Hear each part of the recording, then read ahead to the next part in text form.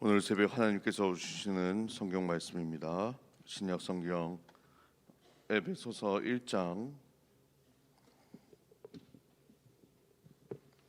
15절에서 마지막 23절까지 함께 보겠습니다. 오늘 말씀 함께 봉독하겠습니다.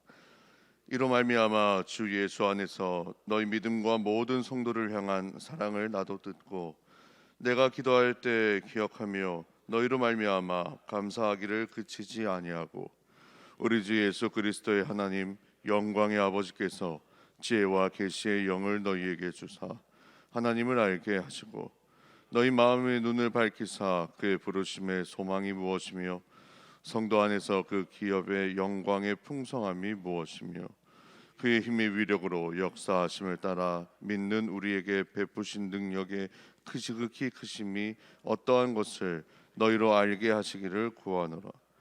그의 능력이 그리스도 안에서 역사하사 죽은 자들 가운데서 다시 살리시고 하늘에서 자기의 오른편에 앉히사 모든 통치와 권세와 능력과 주권과 이 세상뿐 아니라 오는 세상에 일컫는 모든 이름 위에 뛰어나게 하시고 또 만물을 그의 발 아래에 복종하게 하시고 그를 만물 위에 교회의 머리로 삼으셨느니라.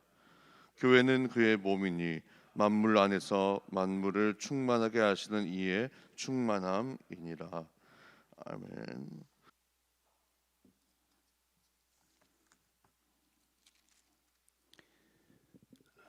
코로나라고 하는 게 여러분 바이러스가 사람의 몸에 침투해서 인체를 더 약하게 하고 또 인체에 치명적이게 하는 그런 공격을 우리가 이제 말하고 있는데요. 이런 시대를 지나면서 우리가 많이 인식하게 된 게 뭐냐면 사람 몸 안에 있는 면역력이 얼마나 중요한지에 관련된 사실들을 우리가 새롭게 좀 알아가는 것 같습니다.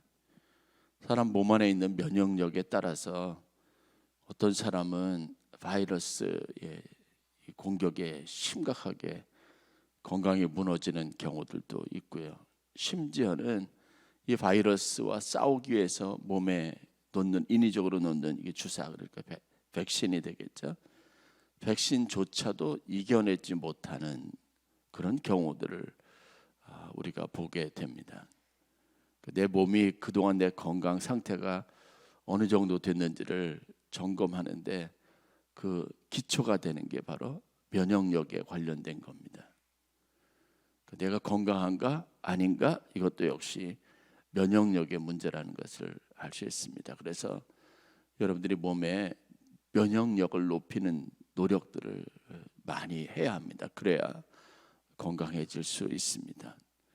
우리 주변에 우리 성도님들도 백신 맞고 부작용 때문에 힘들어하시는 분, 그리고 코로나 감염되어서 힘들어하시는 분들이 있는데 공통적인 특징들이 뭐냐면 어떤 사람은 가볍게 넘어가는데 어떤 사람은 굉장히 증상이 심각해지는 경우들이 많습니다. 그래서 백신을 맞을 때도 그렇고 코로나 확진됐을 때도 기저질환자라고 보통 말하지 않습니까? 그러니까 몸에 취약한 것이 있는 사람들에게는 이게 항상 조심하고 경계해야 될 문제다라고 인식을 하고 있고 정부에서도 또 많은 의사들도 이 문제에 대해서 굉장히 심각하게 대응하는 것 같습니다. 신앙생활도 역시 같은 패턴이 있는 것 같습니다. 우리 안에 영적 면역력이 있으면 이길 수 있습니다. 무엇이라도 시도해 볼 수 있습니다. 또 우리에게는 어느 정도 그 문제와 싸울 수 있는 시간, 이 시간도 확보할 수 있습니다. 그런데 내 몸 안에 영적 면역력이 없으면 무너지는데 무너지기 시작하면 걷잡을 수 없이 한꺼번에 다 무너진다는 특징들을 가지고 있는 겁니다. 그래서 여러분들이 신앙생활에서 관심을 진짜 많이 가져야 되는데 여러분들이 지혜로운 관심, 여러분들이 지혜롭게 신앙생활하기 위해서 가장 필요한 것은 뭐냐면 바로 영적 면역력을 갖는 건데 이 면역력을 저는 은혜라고 말씀드리고 싶습니다. 성령의 은혜입니다. 즉 하나님이 우리 안에 부어 주셔서 하나님이 우리의 자체적인 면역력이 되는 겁니다. 여러분들 우리가 말씀과 싸운다 그러는데 하나님이 여러분의 안에 계셔서 밖으로부터 들어오는 모든 도전들과 싸워 주시는 겁니다. 이것이 우리에게 있는 겁니다. 그리스도 안에 있을 때, 하나님의 능력 안에 거할 때, 하나님이 우리와 함께 하실 때, 이 표현들이 전부 그렇습니다. 나를 둘러싼 삶의 환경, 내 안에 자리하고 있는 내게 있는 힘, 이것이 바로 하나님이시 그리스도이신 겁니다. 이분이 내게 오는, 내 인생에 오는 모든 도전들과 어려움과 환난과 고통들을 맞닥뜨려서 싸우시고 그것과 대적해서 이길 수 있는 힘을 주시는 거죠. 여러분 가슴이 막 뛴다고 하지 않습니까? 어떤 것에 대한 불안한 마음들이 있는 거죠. 여러분들이 약화되어져 있다는 걸 의미하는 거죠.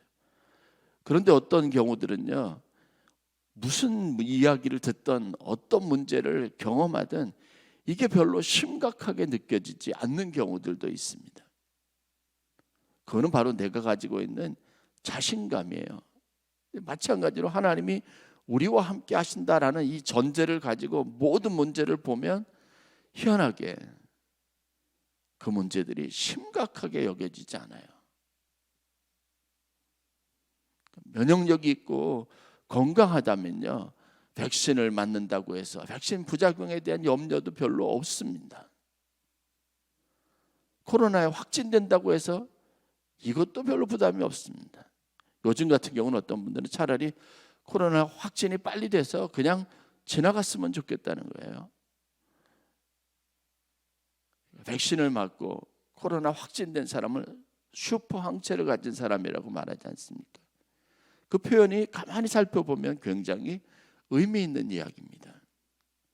어떤 것도 이제는 우리를 무너뜨릴 수 없을 만큼 강력한 힘을 갖게 됐다는 거죠. 그 힘을 말할 때 대항할 수 있는 힘이라고 하는 의미에서 항체라고 말하는 겁니다. 여러분 예수 그리스도 이 슈퍼 항체를 가지시는 성도들이 되실 수 있기를 주의 이름으로 간절히 축원합니다.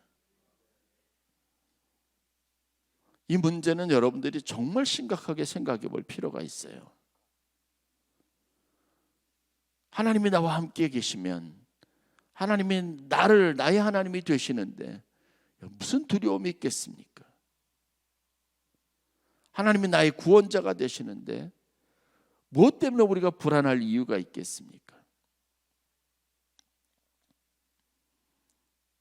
물질적인 것, 이것도 여러분 우리에겐 굉장히 중요하지만 물질이 없다고 해서, 가난하다고 해서 여러분 삶이 비난하고 비굴해지거나 아니면 약화되지 않습니다. 영적 충만함은 세상에 우리가 가질 수 있는 모든 권세의 핵심이에요. 능력의 핵심입니다. 저는 가끔 교사를 할 때 주일학교 아이들, 어떨 때는 5, 6살 된 꼬마들한테도 깜짝 놀라는 게 있는데요. 뭐냐면 아이들이 가지고 있는 단순한 생각에 놀랄 때가 많습니다. 제가 이전에 대학교 다닐 때 아이들을 이제 가르치는데 어떤 문제가 생기고 힘이 들 때 우리가 뭘 하지? 라고 말하면 기도하면 돼요 라고 말합니다. 아이들이. 그런데 그 대답에 1초의 망설임도 없고 거의 이것은 자동적으로 그렇게 나와요. 근데 제가 그 이야기를 듣는데 굉장히 큰 충격받은 건, 망치를 대 맞은 것 같은 생각이 들었어요. 이유는 뭐냐면 그걸 당연하게 생각하지 않고 있었다는 거예요.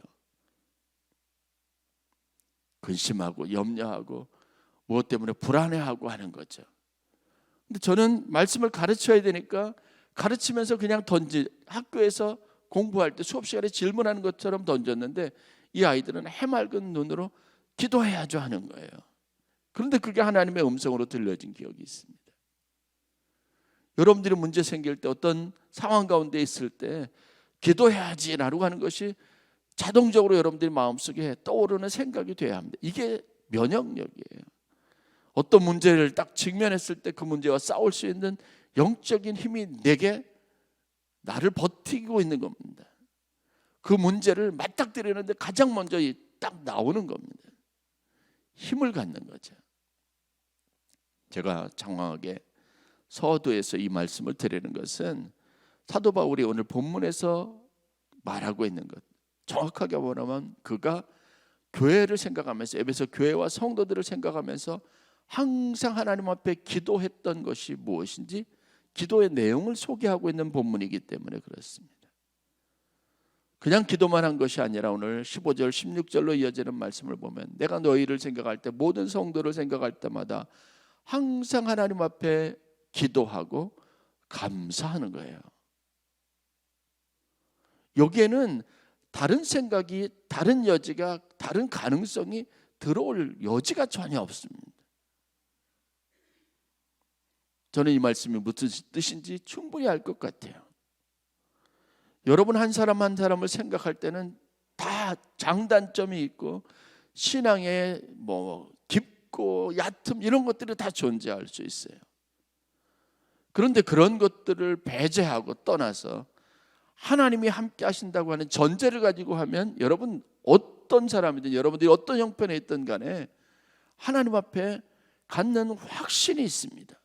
그러니까 기도하게 되고 감사하게 되는 겁니다. 왜요? 하나님이 함께 하시면 되니까요. 이 일은 본래적으로 하나님의 싸움이니까요. 하나님의 일이니까요. 여러분 앞에 있는 문제를 그렇게 여러분 하나님 앞에 드려보시기를 바랍니다. 여러분의 인생 자체를 여러분의 것이라고 여기지 말고 하나님의 것이라고 여기시기를 바랍니다. 이런 상황 속에 놓인 것이 내가 아니라, 내 삶이 아니라 하나님이시라는 거예요. 그러니 이 가운데 감사가 있죠. 찬송이 있죠. 우리가 에베소서 1장, 얼마 되지 않는 1장 자체 안에서만 발견하는 정말 많은 표현이 뭐냐면 찬송하리로다, 하나님의 영광, 그분의 능력, 이런 것들이에요. 첫날 말씀드렸지만 에베소 교회는 이제 심각한 문제 가운데 있고, 바울은 감옥에서 그래서 그 문제 가운데 있는 성도들에게 편지하고 있는 겁니다. 어떻게든지 그 문제를 벗어나게 하고 그 문제로부터 그 사람들을 자유롭게 하기 위해서 적극적으로 목회 활동을 하는 거예요. 그런데 어떤 테크닉이나 기술이나 방법을 말해주는 게 아니라, 지금 하나님은 우리의 찬송 받으시기 마땅하신 분이고 하나님은 영광 받으실 분이고, 내가 그분에 대해서 기도할 때마다, 그 생각을 할 때마다, 여러분들을 위해서 기도할 때마다 내 마음에 항상 감사가 넘친다라고 말하고 있습니다. 지금 성도들로 하여금 문제를 보지 마십시오. 저 사람이 저렇게 신앙생활한다고 엉망이라고 낙심하지 마십시오. 그동안 그렇게 소중하게 지켜왔던 교회와 무리들이 잘못된 허탄한 말들, 망령된 생각에 빠져서 사람들이 그것에 혹해가지고 휩쓸린다고 염려하지 마십시오. 이것은 교회의 위기가 아닙니다. 왜냐? 더 크시고 놀라우신 하나님은 이 모든 것을 아시고 여전히 여러분들 가운데 함께 하시고 이 문제를 그분이 이기게 하실 것이고 다루실 것이라고 하는 확신이 있기 때문에 그렇습니다. 마음이 조급하지가 않잖아요. 막 뭔가를 해야 되는데 지금 당장 뭔 일이 일어나지 않으면 안 될 것 같은 불안함이 아니라, 하나님을 생각할 때마다 갑자기 마음에 평안이 있고 그분의 높고 위대하시고 크시고 아름다운 것에 대해서 온 마음과 정신이 갑자기 그렇죠, 평안함으로 바뀌는 겁니다. 그리고 그가 기도했던 내용이 하나님 앞에 구하는 내용들이 17절부터 오늘 읽었던 본문 마지막 절까지 기록이 되어져 있습니다. 그가 기도하는 내용은 두 가지로 요약할 수 있습니다. 첫 번째 뭐냐면 하나님을 알게 해달라고 기도합니다. 그러기 위해서 지혜와 계시의 영을 부어달라고 말합니다. 그러기 위해서 저들의 눈을 밝게 해달라고 기도하는 겁니다.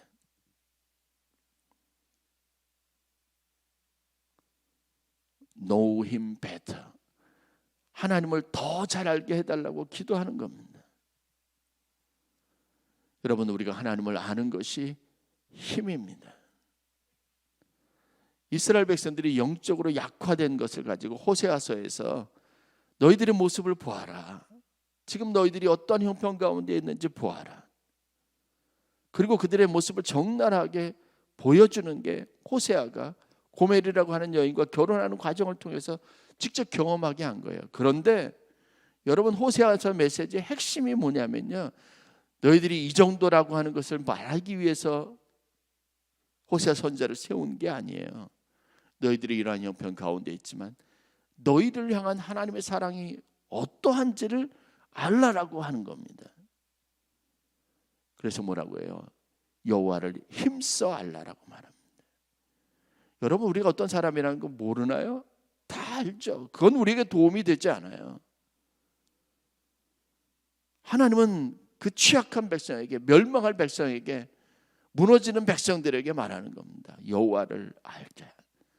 힘써 여호와를 알자라는 겁니다. 그 하나님은 사랑이십니다. 우리가 그런 것에 있다고 버림받았다고 느끼는 감정 속에 있는 게 아니라 하나님은 그러한 우리에게도 여전히 사랑이시라는 거예요. 하나님을 아는 지식이 여러분들 가운데 있기를 바랍니다. 하나님을 여러분의 눈으로 직접 봐야죠. 경험해야죠. 말씀을 통해서 여러분들이 하나님이 어떤 분인지를 깨달아야죠. 지식의 하나님, 지혜의 하나님, 능력의 하나님, 병 고치는 은사가 있는 하나님, 우리에게 바보 같은 우리를 지혜롭게 하는 하나님, 어떤 상황 속에서 우리에게 산성이 되시고 요새가 되시는 하나님, 다니엘의 하나님이 그랬던 것처럼 그는 그가 알고 있는 하나님에 대한 지식을 가지고 세상에 닥치는 모든 문제를 이겼습니다. 여러분들이 하나님을 아는 은혜가 있기를 주의 이름으로 간절히 축원합니다. 그래서 우리가 아는 것이 힘이라 그랬죠. 여러분 경험해 보셨잖아요. 아는 만큼 어떤 문제에 대해서 두려움이 없어요. 시험 보는데 어떤 사람은 공부하지 못하고 알지 못하니까 시험 보는 내내 불안하고 초조하죠. 떨리죠. 그런데요, 많이 공부하고 충분히 숙지한 사람은 빨리 이 시험을 보기를 원하는 겁니다. 빨리 치렀으면 좋겠는 거예요. 문제야 우리가 가지고 있는 인생도 다 똑같습니다. 하나님을 알고 영적 힘을 가지고 있으면 여러분 문제는 문제가 아니죠. 오히려 하나님이 어떻게 하시는지를 우리가 더 깊이 경험할 수 있는 축복의 시간입니다. 바울이 가지고 있는 자신감이 이거 아닌가요? 그래서 고난당하는 것이 내게 유익이라. 내가 이로써 주의 율례를 배웠노라. 시편에 나와 있는 고백입니다.